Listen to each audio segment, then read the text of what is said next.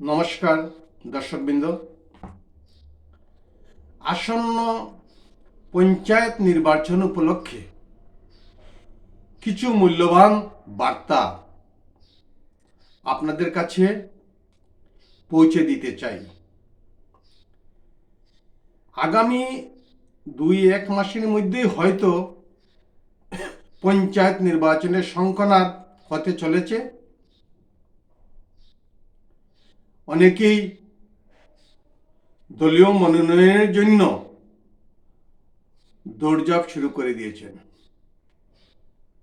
কিন্তু নির্বাচন কমিশন থেকে বিজ্ঞপ্তি জারি হলেই আমার মনে হয় বরাকের রাজনৈতিক আবহাওয়া ধীরে ধীরে উত্তপ্ত হতে থাকবে।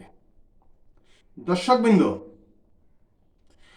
পঞ্চায়েত নির্বাচন ও প্রার্থী চয়ন প্রক্রিয়া একটি গুরুত্বপূর্ণ বিষয়। বর্তমান সরকারের সব ধরনের উন্নয়নমূলক প্রকল্প পঞ্চায়েত রাজ সিস্টেমে বাস্তবায়িত হচ্ছে। তাই উপযুক্ত প্রার্থী চয়ন করা এবং বিজয়ী করার মূল দায়িত্বটুকু ভোটারদের উপর।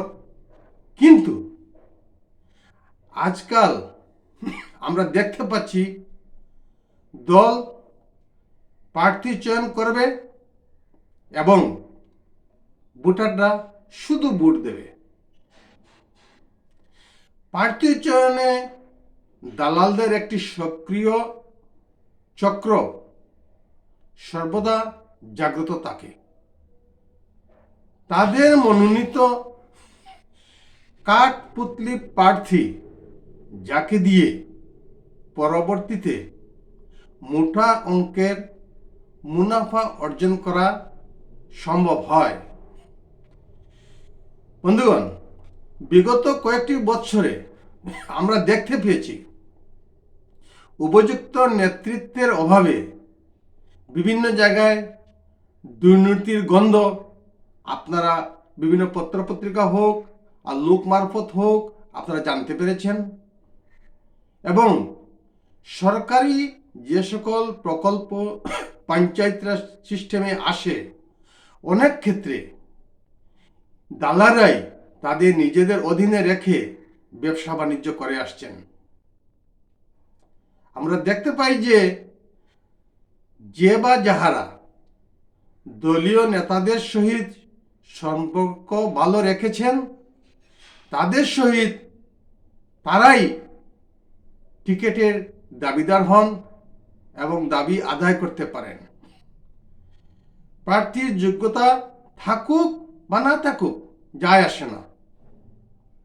অনেক ক্ষেত্রে বিচার বিবেচনা না করে দলীয় টিকিট প্রদান করা হয়। দর্শকবৃন্দ, রক্ষক যখন বক্ষকের আসনে বসেন তখন আম জনতার সেবা কে করবে? আমার গুরুদেব শ্রী শ্রী ঠাকুর অনুকূল চন্দ্র তার একটি বাণীতে বলেছিলেন, কথা প্রসঙ্গে সেই কথাগুলো বলছি। উনি বলেছিলেন, ইষ্ট নেই নেতাজি, জমের দালাল কিন্তু সেই।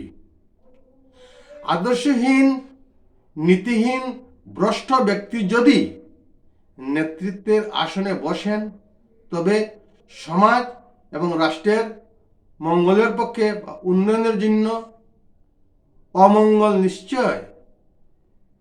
সচেতন নাগরিকবৃন্দ, আসন্ন পঞ্চায়েত প্রতিনিধি মনোনয়নে আপনারা নিজেদের গণতান্ত্রিক অধিকার পূর্ণ মর্যাদার সহিত বাস্তবায়ন করার জন্য প্রস্তুত থাকুন।